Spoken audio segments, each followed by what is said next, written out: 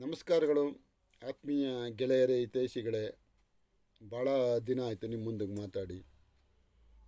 ಹಲವು ಕಾರಣದಿಂದ ವ್ಯಕ್ತಿತ್ವ ವಿಕಸನದ ವಿಡಿಯೋಗಳನ್ನ ಮಾಡೋದು ವಿಳಂಬ ಆಗಿತ್ತು. ಈ ದಿನ ಮತ್ತೆ ಅಂಥ ಪ್ರಯತ್ನವನ್ನು ಮಾಡೋಣ. ನನ್ನ ಮನಸ್ಸಿನ ಕೆಲವು ಭಾವನೆಗಳನ್ನು ನಿಮ್ಮೊಂದಿಗೆ ಹಂಚಿಕೊಳ್ಳುವ ಪ್ರಯತ್ನವನ್ನು ಮಾಡ್ತಾಯಿದ್ದೀನಿ. ಹಲವು ಮಹನೀಯರ, ಸಂತರ, ಶರಣರ, ದಾರ್ಶನಿಕರ ಮಾತುಗಳು ನಮ್ಮ ಜೀವನಕ್ಕೆ ಮಾರ್ಗದೀಪಗಳಾಗಿ ನಿಲ್ತವೆ. ಅಂಥ ಎಲ್ಲ ಮಾತುಗಳನ್ನು ನಾವು ಜ್ಞಾಪಕ ಇಟ್ಕೊಳ್ಳೋಕ್ಕಾಗಲ್ಲ. ಅದಕ್ಕೋಸ್ಕರ ಸಾಂಕೇತಿಕವಾಗಿ ಒಂದು ಪದವನ್ನು ತಗೊಂಡು, ಉದಾಹರಣೆಗೆ ಸ್ಟ್ರೆಂಗ್ತ್ ಅಂತ ಇಟ್ಕೊಳ್ಳಿ. ಅದರಲ್ಲಿ ಬರ್ತಕ್ಕಂಥ ಲೆಟರ್ಸ್ STRENGTH, ಸ್ಟ್ರೆಂತ್. ಈ ಒಂದೊಂದು 8 ಲೆಟರ್ಗಳ ಈ ಪದ ಶಕ್ತಿ ಸಾಮರ್ಥ್ಯದ ಸಂಕೇತವಾಗಿ ನಿಲ್ಲುತ್ತೆ. ಸ್ಟ್ರೆಂತ್ ಅಂದರೆ ಅದರಲ್ಲಿ ಬರ್ತಕ್ಕಂಥ ಒಂದೊಂದು ಲೆಟ್ರಿಗೂ ನಾವು ಒಂದು ಅದ್ಭುತವಾದ ವಿಚಾರವನ್ನು ಕಂಡುಕೊಳ್ಳೋದ್ರಿಂದ ನಮಗೆ ಅವು ಜ್ಞಾಪಕದಲ್ಲಿಟ್ಕೊಳ್ಳೋಕ್ಕೆ ಸುಲಭ ಅನಿಸುತ್ತೆ. ಉದಾಹರಣೆಗೆ ಸ್ಟ್ರೆಂತಲ್ಲಿ ಮೊದಲನೇ ಲೆಟರು ಎಸ್. ಅಂದರೆ ನಾವು ಯಾವಾಗಲೂ ಸೈಲೆನ್ಸನ್ನು ಜಾಸ್ತಿ ಅಭ್ಯಾಸ ಮಾಡಿಕೊಂಡ್ರೆ ಜೀವನಕ್ಕೆ ಒಳ್ಳೆಯದು ಅಂತ ಹಲವಾರು ಜನರ ಅಭಿಪ್ರಾಯ. Silence is the element in which great things fashion themselves ಅನ್ನೋ ಮಾತಿದೆ. ಮೌನದಲ್ಲಿ ಅನೇಕ ವಿಚಾರಗಳು ಶೃಂಗರಿಸಲ್ಪಡುತ್ತವೆ. ಮಾತು ಬೆಳ್ಳಿಯಾದರೆ ಮೌನ ಬಂಗಾರ ಅನ್ನೋ ಮಾತಿರುತ್ತೆ. ಎಲ್ಲ ಟೈಮಲ್ಲೂ ಎಲ್ಲ ವಿಚಾರಗಳಿಗೂ ಮಾತೇ ಉತ್ತರ ಆಗಬೇಕು ಅಂತೇನಿಲ್ಲ. ಮೌನನೂ ಕೂಡ ತನ್ನದೇ ಆದ ಸಾಮರ್ಥ್ಯವನ್ನು ಹೊಂದಿರುತ್ತೆ. ಆದ್ದರಿಂದ ನಾವು ನಮ್ಮ ಜೀವನದ ಹಲವು ವೇಳೆ ಮೌನದ ಅರ್ಥವನ್ನು ತಿಳಿದು, ಕೆಲವು ಸಂದರ್ಭಗಳಲ್ಲಿ ಮೌನವಾಗಿರುವುದರ ಮೂಲಕ ಜೀವನವನ್ನು ಹೆಚ್ಚು ಶಕ್ತಿ ಸಾಮರ್ಥ್ಯಗೊಳಿಸ್ಕೋಬೋದು, ಜೀವನಕ್ಕೆ ಶಕ್ತಿ ತುಂಬಬಹುದು ಅನ್ನೋದನ್ನ ನಾವು ಯೋಚನೆ ಮಾಡಬೇಕು ಗೆಳೆಯರೆ. ಏಕೆಂದರೆ ಕೆಲವೇಳೆ ಮಾತನಾಡಲೇಬೇಕಿದ್ದಲ್ಲಿ ಮೌನಕ್ಕಿಂತ ಉತ್ತಮವಾದ ಮಾತುಗಳನ್ನಾಡು ಅಂತ ಹೇಳ್ತಾರೆ. ಮಾತು ಅದ್ಭುತ. ನುಡಿದರೆ ಮುತ್ತಿನ ಹಾರದಂತಿರಬೇಕು, ನುಡಿದರೆ ಮಾಣಿಕ್ಯದ ದೀಪ್ತಿಯಂತಿರಬೇಕು, ನುಡಿದರೆ ಸ್ಫಟಿಕದ ಸಲಾಕೆಯಂತಿರಬೇಕು, ಮಾತೇ ಜ್ಯೋತಿರ್ಲಿಂಗ, ಎಲ್ಲವೂ ಸರಿ. ಆದರೆ ಕೆಲವು ವೇಳೆ ನಾವು ಯಾವ ಸಂದರ್ಭದಲ್ಲಿ ಮೌನವಾಗಿರಬೇಕು ಅನ್ನೋದನ್ನು ಕೂಡ ನಾವು ವಿಚಾರ ಮಾಡಿ ತಿಳ್ಕೊಂಡ್ರೆ ಮೌನವೂ ಕೂಡ ನಮಗೆ ಅಷ್ಟೇ ದೊಡ್ಡ ಮಟ್ಟದ ಲಾಭ ಮತ್ತು ಬೆಲೆಯನ್ನು ತಂದುಕೊಡುತ್ತೆ ಗೆಳೆಯರೆ. ಅದರಿಂದ ಸೈಲೆನ್ಸನ್ನು ಆಗಾಗ ನಮ್ಮ ಜೀವನದಲ್ಲಿ ನಾವು ಪ್ರಯೋಗಿಸ್ಕೋಬೇಕು, ನಮ್ಮ ಮೇಲೆ ನಾವು. ಜೊತೆಗೆ ಸ್ಮೈಲ್ ಅಂತಲೂ ಕೂಡ ಎಸ್ಸನ್ನು ಅರ್ಥೈಸ್ಬೋದು. ಸ್ಮೈಲ್, ಯಾವಾಗಲೂ ನಗ್ತಾ ಇರ್ಬೋದು. ನಗು ಎಂಬುದೊಂದು ಅದ್ಭುತವಾದ ಆಭರಣ. ಅದಕ್ಕೆ ಹೇಳ್ತಾರೆ ಮೌನ ಮತ್ತು ಮುಗುಳ್ನಗೆ ಪ್ರಬಲರ ಅಸ್ತ್ರಗಳು ಅಂತ. ಸ್ಮೈಲಿಂಗ್ ಆ್ಯಂಡ್ ಸೈಲೆನ್ಸ್ ಎರಡೂ ಕೂಡ ನಮಗೆ ಭಾಳ ಅವಶ್ಯವಾಗುತ್ತೆ ಗೆಳೆಯರೆ.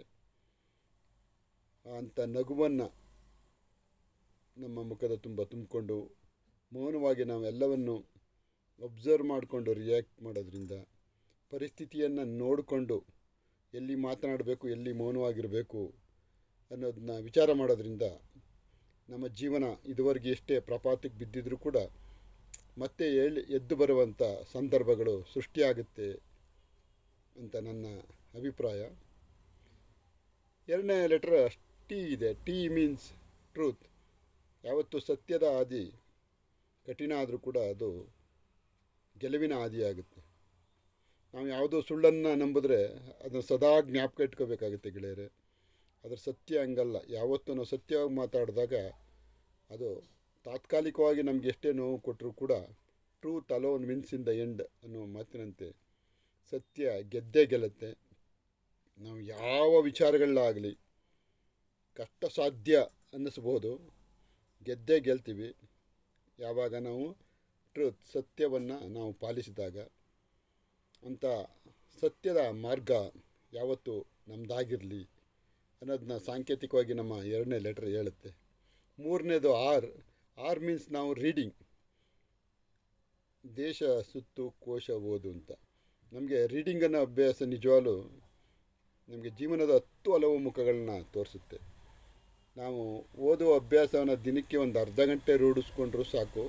ನಮ್ಮ ಗರಿವಿಲ್ಲದೆ ನಮಗೆ ಒಂದು ಶಕ್ತಿ ಬರುತ್ತೆ.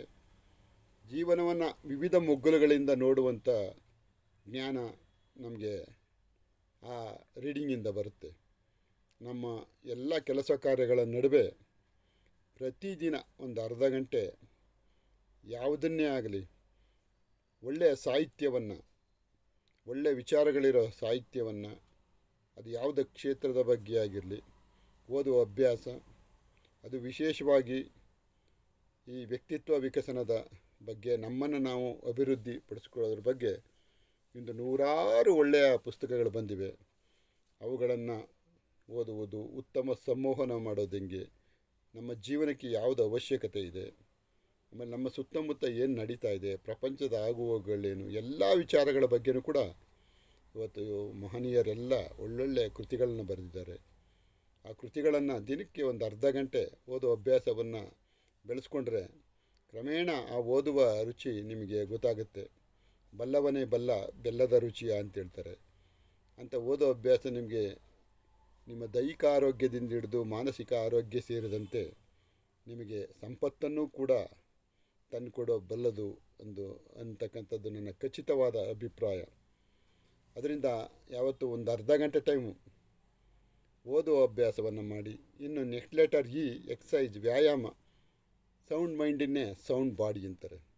ನಾವು ನಮ್ಮ ದೇಹವನ್ನು 15-20 ನಿಮಿಷಗಳು ವ್ಯಾಯಾಮ ಅಟ್ಲೀಸ್ಟ್ ಮಾಡ್ತಾಯಿದ್ರೆ, walking is the best exercise ಅಂತಾರೆ. ನಮ್ಮ ನಡಿಗೆ ದಿನನಿತ್ಯ 1-2 ಗಂಟೆಗಳ ಕಾಲ ಬೆಳಗ್ಗೆ ಸಂಜೆ ನಡೆಯೋದ್ರಿಂದ ನಮ್ಮ ದೇಹ ಸದೃಢ ಆಗುತ್ತೆ. ಅಂಥ ಸದೃಢ ದೇಹದಿಂದ ಅಂಥ ಸದೃಢ ಮನಸ್ಸು ಉಂಟಾಗುತ್ತೆ. ನಮ್ಮ ಆರೋಗ್ಯ ಚೆನ್ನಾಗಿದ್ದರೆ ಎಲ್ಲ ಭಾಗ್ಯಗಳು ಬರ್ತವೆ. ಅದಕ್ಕೆ ಹಿರಿಯರು ಹೇಳ್ತಾರೆ, ಆರೋಗ್ಯವೇ ಭಾಗ್ಯ, ಹೆಲ್ತ್ ಈಸ್ ವೆಲ್ತ್. ಅದನ್ನು ನಾವು ಈ ಪದದಲ್ಲಿ ನಾವು ಅರ್ಥೈಸ್ಕೋಬೋದು. ಅಂಥ ಆರೋಗ್ಯವನ್ನು ನಾವು ಕಾಪಾಡ್ಕೊಳ್ಳೋಣ, ಉತ್ತಮವಾದ ವ್ಯಾಯಾಮವನ್ನು ಮಾಡೋಣ.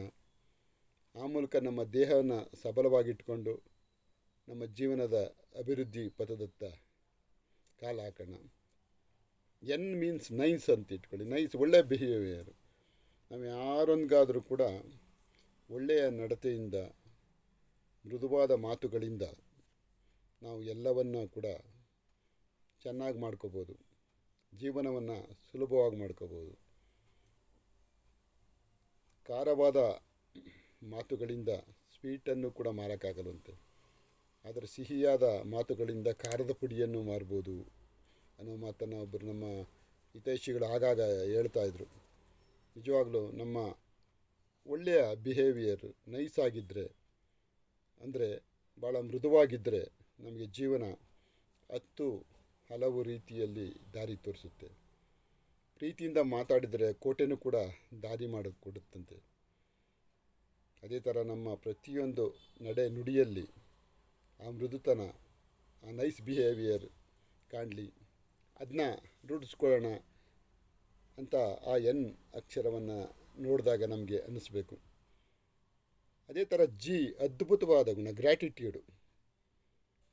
ಮೀನ್ಸ್ ಗ್ರ್ಯಾಟಿಟ್ಯೂಡ್, ಕೃತಜ್ಞತೆ. ನಾವು ಯಾವುದಕ್ಕೆ ಆಗಲಿ ಗೆಳೆಯರೆ, ಬೆಳಗ್ಗೆ ಎದ್ದ ತಕ್ಷಣ ಮೊದಲು ಕೃತಜ್ಞತೆ ಸಲ್ಲಿಸುವಂಥ ಗುಣವನ್ನು ಬೆಳೆಸ್ಕೋಬೇಕು. ಅದು ನಮ್ಮ ಜೀವನವನ್ನು ನೀಡಿದಂಥ ದೇವರಿಗೆ ಆಗಲಿ, ತಂದೆ ತಾಯಿಗಳಿಗೆ ಆಗಲಿ, ನಮ್ಮ ಜೀವನದ ಏಳಿಗೆಯಲ್ಲಿ ಸಹಕಾರ ತೋರಿಸಿದಂತಹ ಬಂಧು ಬಾಂಧವರು, ಪ್ರತ್ಯಕ್ಷವಾಗಿ ಪರೋಕ್ಷವಾಗಿ ಸಹಕರಿಸಿದವರು, ಪ್ರಕೃತಿ, ಪಶು ಪಕ್ಷಿ ಪ್ರಾಣಿಗಳು ಒಂದಲ್ಲ ಒಂದು ರೀತಿ ನಮಗೆ ಸಹಕಾರ ನೀಡುತ್ತವೆ ಗೆಳೆಯರೆ. ನಮ್ಮ ಜೀವನದ ಪ್ರತಿ ಹಂತದಲ್ಲೂ ಒಬ್ಬರಿಂದ ನಾವು ಸಹಕಾರ ಪಡೆದಿರ್ತೀವಿ. ಅಂಥ ಎಲ್ಲರಿಗೂ ಕೂಡ ನಾವು ಕೃತಜ್ಞರಾಗಿರಬೇಕು. ಈ ಜೀವನ ನೋಡಿ, ಸುಂದರವಾದ ಗಾಳಿ ಬೆಳಕು ನೀರನ್ನು ಸೃಷ್ಟಿಸಿದಂಥ ಭಗವಂತ ಯಾವುದೇ ಭೇದ ಭಾವ ಮಾಡಿಲ್ಲ. ಮೊದಲು ಎದ್ದು ತಕ್ಷಣ ಆ ಭಗವಂತನಿಗೆ, ಆ ಸುಂದರ ಪ್ರಕೃತಿಗೆ ನಾವು ಕೃತಜ್ಞತೆ ಹೇಳ್ಕೊಂಡ್ರೆ ನಮಗರಿವಿಲ್ಲದೆ ನಮ್ಮ ಅಂತರಂಗದಲ್ಲಿ ಒಂದು ಶಕ್ತಿ ಜಾಗೃತ ಆಗುತ್ತೆ ಗೆಳೆಯರೆ. ಅಂಥ ಗ್ರ್ಯಾಟಿಟ್ಯೂಡ್ ನೇಚರನ್ನು ನಾವು ಪಾಲಿಸೋಣ. ಎಲ್ಲಕ್ಕೂ ನಮಗೆ ಯಾರೇ ಒಂದು ಸಣ್ಣ ಉಪಕಾರ ಮಾಡಿದರೂ ಕೂಡ ಅವ್ರನ್ನ ಸದಾ ನೆನೆಸ್ಕೊಂಡ್ರೆ ಅದು ನಮಗೆ ಎಲ್ಲ ರೀತಿಯ ಶ್ರೇಯಸ್ಸಾಗುತ್ತೆ. ಅವರು ಮಾಡಿದ ಉಪಕಾರಗಳನ್ನು ನೆನೆದು ನಾವು ಪ್ರತಿಯಾಗಿ ಅವ್ರಿಗೆ ಏನನ್ನು ಒಳ್ಳೆಯದನ್ನು ಮಾಡಬೇಕು ಅಥವಾ ಬೇರೆ ಸಮಾಜಕ್ಕೆ ನಮ್ಮಿಂದ ಒಂದು ಒಳ್ಳೆಯ ಕೆಲಸ ಆಗಬೇಕು, ಅದಕ್ಕೆ ಮಾರ್ಗದರ್ಶಕವಾಗಿ ಈ ಗ್ರ್ಯಾಟಿಟ್ಯೂಡ್ ಗುಣ ನಮಗೆ ನಿಲ್ಲುತ್ತೆ. ಅದನ್ನು ಅಭ್ಯಾಸ ಮಾಡಬೇಕು. ಆ ಕೃತಜ್ಞತೆ ಎಲ್ಲ ಗುಣಗಳಿಗೆ ಒಂದು ಅತ್ಯಂತ ಪ್ರಮುಖವಾದ ಗುಣ ಆಗುತ್ತೆ. ಆ ಗ್ರ್ಯಾಟಿಟ್ಯೂಡನ್ನು ನಾವು ಪ್ರತಿನಿತ್ಯ ನಮ್ಮ ಜೀವನದಲ್ಲಿ ಅಳವಡಿಸ್ಕೊಳ್ಳುವಂಥ ಪ್ರಯತ್ನ ಮಾಡೋಣ. ಹಾಗೆ ಟೀ ಅಂದರೆ ಟೂರ್, ನಾನು ಹೇಳಿದ್ನಲ್ಲ ಆಗಲೇ, ದೇಶ ಸುತ್ತು ಕೋಶ ಓದು ಅಂತ. ಹಾಗಾಗಿ ನಾವು ಪ್ರಯಾಣನೂ ಮಾಡ್ತಾಯಿರಬೇಕು, ಟ್ರಾವೆಲ್ ಮಾಡ್ತಾಯಿರಬೇಕು. ನಮ್ಮ ಜೀವನವೇ ಒಂದು ಪ್ರಯಾಣ. ಆ ಪ್ರಯಾಣದಲ್ಲಿ ನಾವು ಸಣ್ಣ ಪುಟ್ಟ ಪ್ರವಾಸಗಳನ್ನು ಕೈಗೊಳ್ಳಬೇಕು. ಜನರ ನಡುವೆ ಬೆಳೆಯಬೇಕು. ಆ ಜರ್ನಿ, ಆ ಟ್ರಾವೆಲಿಂಗ್, ಆ ಒಂದು ಪ್ರವಾಸ ನಮ್ಮ ಮನಸ್ಸಿಗೆ ಬಹಳ ಸಂತೋಷವನ್ನು ಕೊಡುತ್ತೆ. ವಿವಿಧ ಸ್ಥಳಗಳನ್ನು, ವಿವಿಧ ಪ್ರಕೃತಿಯ ಅಂಶಗಳನ್ನು ತಿಳಿಯೋಕ್ಕೆ ಸಹಾಯ ಮಾಡುತ್ತೆ. ಆ ಟ್ರಾವೆಲ್ ಯಾವುದೇ ರೀತಿಯ ದೊಡ್ಡದೋ ಚಿಕ್ಕದೋ ಆಗಿರಬೇಕು ಅಂತೇನಿಲ್ಲ. ನಮ್ಮ ಪಯಣ ಸುಂದರವಾಗಿರಬೇಕು ಅಂತಂದರೆ ನಮ್ಮ ಮನೋಭೂಮಿಕೆ ಅದ್ಭುತವಾಗಿರಬೇಕು. ಅಂಥ ಅದ್ಭುತವಾದ ಮನಸ್ಸಿನೊಡನೆ ನಾವು ಟ್ರಾವೆಲ್ ಮಾಡಿದಾಗ ನಮಗೆ ಭೇಟಿಯಾಗುವಂಥ ಅನೇಕ ಜನರ ಜೀವನಗಳನ್ನು ಅರಿಬೋದು. ವಿವಿಧವಾದ ಕ್ಷೇತ್ರಗಳಲ್ಲಿ ಪಳಗಿದಂಥ ಅನೇಕ ಗಣ್ಯರು ನಮ್ಮ ಪ್ರಯಾಣದಲ್ಲಿ ಸಿಗ್ತಾರೆ. ವಿವಿಧವಾದ ಸ್ಥಳಗಳನ್ನು ನೋಡುವುದರಿಂದ ಮತ್ತು ಅಲ್ಲಿನ ಭೌಗೋಳಿಕ ಅಂಶಗಳಿರಲಿ, ಪ್ರಕೃತಿಯ ಸುಂದರ ತಾಣಗಳಿರಲಿ, ನಮಗೆ ಪಾಠ ಕಲಿಯೋಕ್ಕೆ ಏನಾದರೂ ಒಂದು ಒಳ್ಳೆಯ ಅಂಶಗಳು ಇದ್ದೇ ಇರ್ತವೆ ಗೆಳೆಯರೆ. ಅಂಥ ಟ್ರಾವೆಲನ್ನು ಆಗಾಗ ನಮಗೆ ಅವಕಾಶ ಸಿಕ್ಕಿದಾಗ ಅಂಥ ಪ್ರವಾಸವನ್ನು ನಾವು ಮಾಡುವ ಚಿಂತನೆಯನ್ನು ಮಾಡೋಣ ಅನ್ನೋದನ್ನು ಟಿ ಅಕ್ಷರದಿಂದ ತಿಳಿಯೋಣ.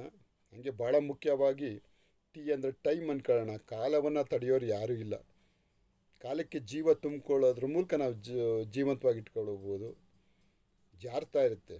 ಹಗಲು ರಾತ್ರಿಗಳೆಂಬ ಪಕ್ಷಿಗಳೊಡನೆ ಕಾಲದ ಹಕ್ಕಿ ಆರ್ತಾ ಇರುತ್ತೆ ಅನ್ನೋದನ್ನ ಟಿ ಅಕ್ಷರ ನಮಗೆ ಟೈಮ್ ಸಾಂಕೇತಿಕವಾಗಿ ತೋರಿಸುತ್ತೆ. ಅದನ್ನಂತೂ ಯಾವಾಗಲೂ ಮರಿಬಾರ್ದು. ನಮ್ಮ ಕಾಲ ಜಾರ್ತಾ ಇರುತ್ತೆ. ಆ ಕಾಲವನ್ನು ಸಕಲ ರೀತಿ ಸತ್ಕಾರ್ಯಗಳನ್ನು ಮಾಡುವುದರಿಂದ ಸದ್ವಿನಿಯೋಗ ಮಾಡಿಕೊಳ್ಳೋಣ ಗೆಳೆಯರೇ. ಮತ್ತು ಎಚ್ ಮೀನ್ಸ್ ಆನೆಸ್ಟಿ. ನಾವು ಇದನ್ನೆಲ್ಲ ಯಾವುದನ್ನೇ ಮಾಡಿದ್ರೂ ಕೂಡ ಪ್ರಾಮಾಣಿಕತೆಯಾಗಿ ಮಾಡೋಣ. ನಮ್ಮ ಕೆಲಸ ಕಾರ್ಯಗಳನ್ನು, ಅದು ಯಾವುದೇ ಕೆಲಸ ಆಗಲಿ, ಪ್ರಾಮಾಣಿಕವಾಗಿ ಮಾಡಿದಾಗ ನಮ್ಮ ಜೀವನಕ್ಕೆ ಒಂದು ಅರ್ಥ ಬರುತ್ತೆ. ಜೀವನ ಎಂಥ ಸ್ಥಿತಿಯಲ್ಲಿದ್ದರೂ ಮೇಲೆದ್ದು ಬರುತ್ತೆ. ಅದಕ್ಕೆ ಒಂದು ಪದವನ್ನು ಸ್ಟ್ರೆಂತ್ ಅನ್ನೋದನ್ನ ಇಟ್ಕೊಂಡು ಅದರಲ್ಲಿ ಬರ್ತಕ್ಕಂಥ ಲೆಟರ್ಸ್ಗಳನ್ನ ನೋಡಿದಾಗ ಒಂದು 10 ಗುಣಗಳಾದರೂ ಅದರಲ್ಲಿ ಕಂಡುಬರುತ್ತೆ. ಇದೇ ಥರ 100 ಗುಣಗಳಿರ್ತವೆ, 100 ಪದಗಳಿರ್ತವೆ. ಆ ಮೂಲಕ ಒಂದು ಸೂತ್ರದ ರೂಪದಲ್ಲಿ ತಗೊಂಡ್ರೆ ಆ ಸ್ಟ್ರೆಂತ್ ಅನ್ನೋ ಪದ 8 ಲೆಟ್ರ್ಗಳನ್ನ ನಾವು ನೆನೆಸ್ಕೊಂಡಾಗ ಅದರಿಂದ ಹೊರಹೊಮ್ಮುವ ಪದಗಳು, ಅದರ ಅರ್ಥ ಅದನ್ನು ತಿಳಿದು ಜೀವನದಲ್ಲಿ ಸ್ವಲ್ಪನಾದ್ರು ಆಚರಣೆಗೆ ತರುವುದರ ಮೂಲಕ ನಾವು ನಮ್ಮ ಜೀವನವನ್ನು ಸ್ವಲ್ಪವಾದರೂ ಎತ್ತರಿಸ್ಕೊಳ್ಳೋ ಪ್ರಯತ್ನ ಮಾಡೋಣ ಅಂತ ಹೇಳ್ತಾ ಇವತ್ತಿನ ಈ ವಿಡಿಯೋ ಮುಗಿಸ್ತಾ ಇದ್ದೀನಿ. ಮತ್ತೆ ಸಿಗೋಣ ಗೆಳೆಯರೇ. ನಿಮ್ಮ ಪ್ರತಿಕ್ರಿಯೆಗಳು ಭಾಳ ಮುಖ್ಯ ಆಗುತ್ತೆ. ಪ್ರತಿಕ್ರಿಯೆ ನೀಡಿ. ನಿಮ್ಮ ಜೀವನ ಸದಾ ಸುಂದರವಾಗಿರಲಿ ಅಂತ ಹಾರೈಸ್ತಾ ಮುಂದಿನ ಸಂಚಿಕೆಯಲ್ಲಿ ಸಿಗ್ತಾ ಇದ್ದೀನಿ ಗೆಳೆಯರೇ. ನಮಸ್ಕಾರಗಳು.